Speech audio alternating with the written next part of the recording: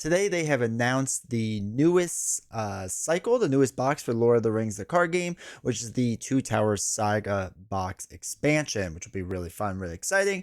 So for the old cycle of the game, right, this was the Treason of Saruman and the Land of Shadow. That was the two back in the day, and now they put it into one box. So let's go over the news release and talk a little bit about it. All right, so here is the article announcement. So this is again the second of the three that are coming out. So the Fellowship is broken during a fateful confrontation at Amon Hen. Large orcs bearing the white hand of Saruman attacked the company, and in the chaos, some crew members were captured, others killed. Right. So now Aragorn and the remainder of the Fellowship must let Frodo travel to Mordor while they pursue the orcs that captured their friends, right? So this is the next cycle. The Two Towers is a reprinted package for Lord of the Rings, the card game. Now, okay, just push tab and that did that.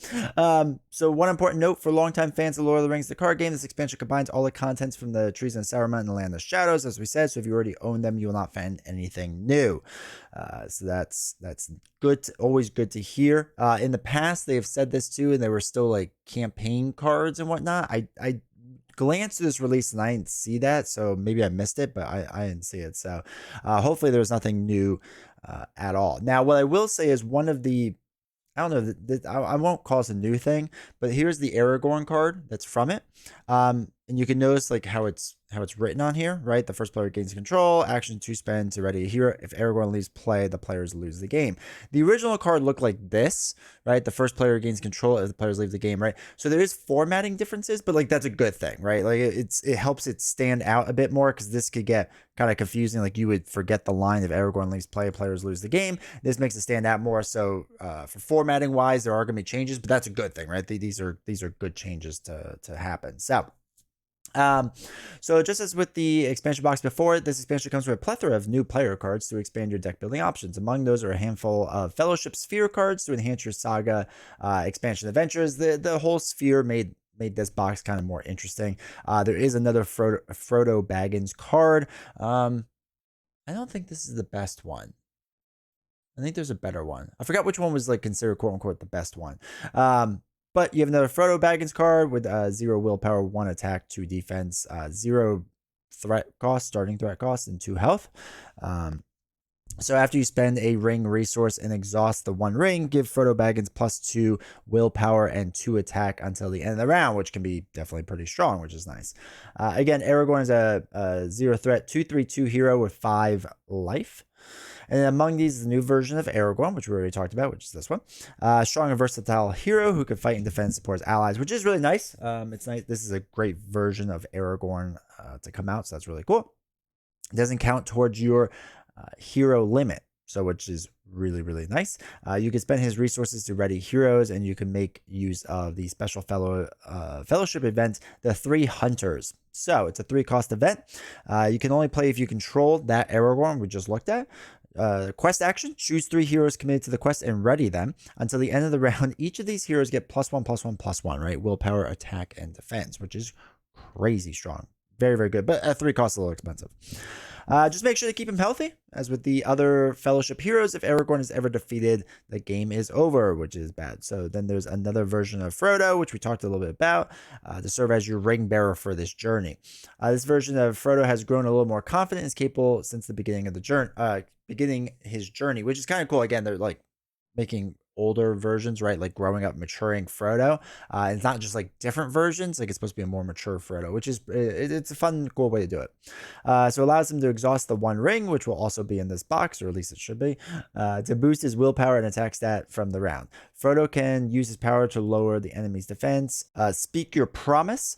Ready the ring bearer to choose an enemy engaged with you. If the ring bearer's willpower is greater than the enemy's threat, lower the enemy's attack and defense by the difference until the end of the phase. 1-cost event can be pretty good right there.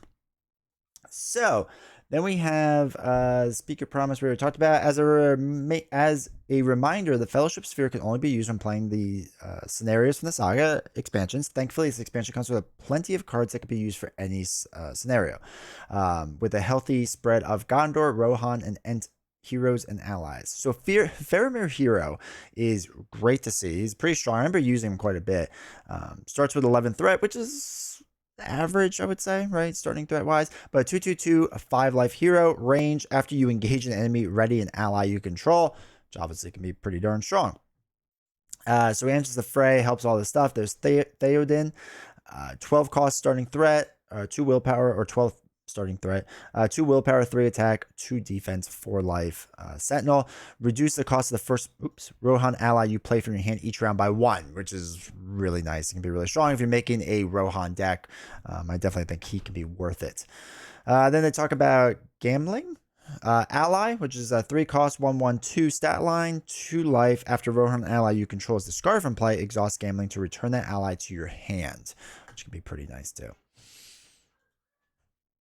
Next up, we have Hammer. You ready Hammer, he gets plus. Oh, I'm sorry, combat action, ready Hammer. He gets +3 defense at the end of the phase. At the end of the phase, you discard Hammer, which still defending 5 for the round. If you're or the phase, if you're taking a big hit or something like that, can be really good, can be really strong. Great to see. And then we have a Gondorian Ranger with Damrod, 9 threat start, 2 willpower, 2 attack, 1 defense. Reduce the cost of the first trap card you play each round by 1. If you're playing a trap deck, obviously very, very useful. You can see how they're kind of building off each other here. Or a lot of these heroes are building off of deck possibilities, right? And building out good decks. So they talk about one of the trap cards is Ambush, 2 cost attachment. Play Ambush into the staging area unattached. If unattached, attach Ambush to the next eligible enemy that enters play. So the engaged player discards Ambush to declare an attack against the attached enemy.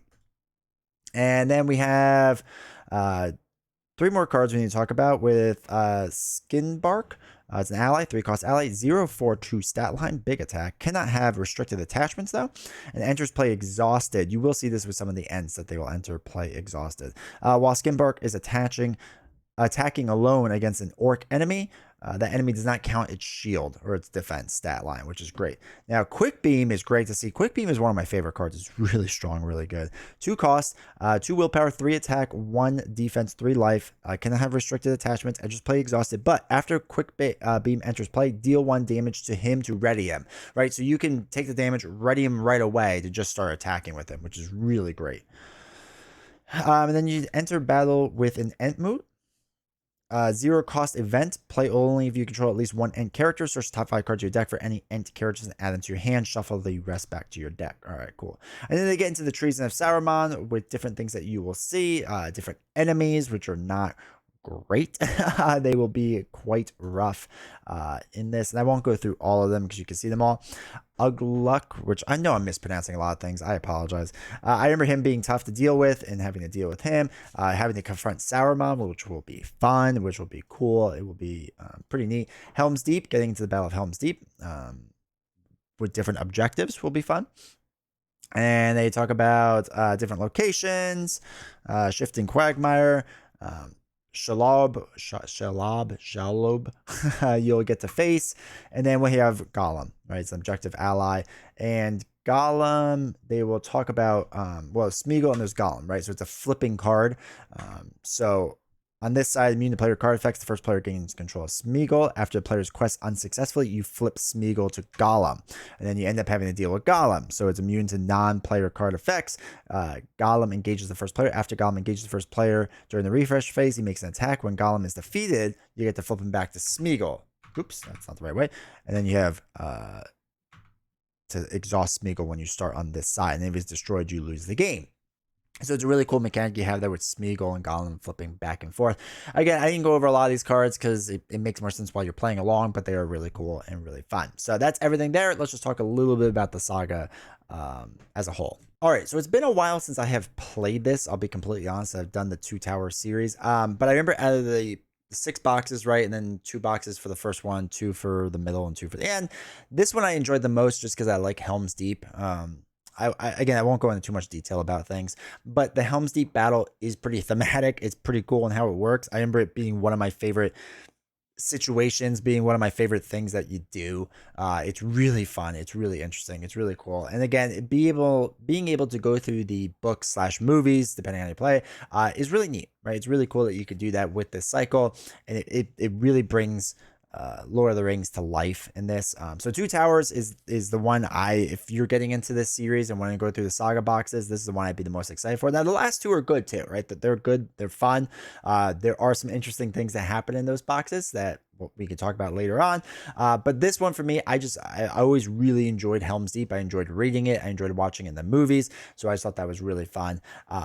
So yeah. So anyway, that is the Two Towers Saga box. Like I said, not a ton to talk about it because it's hard to go in much detail, but there are a lot of good hero cards that come in this. There's a lot of good cards overall. So let me know your thoughts down below, right? Let me know in the comments if you're excited to hear about this. If you want me to do more stuff on Lord of the Rings, let me know. We can make a couple of videos or whatever, because I do want to start live streaming more Lord of the Rings stuff, which we will do. And if you made it to the end of this video, do me a huge favor, hit the like button, hit subscribe, all that fun stuff. It really helps the channel out. See y'all next time.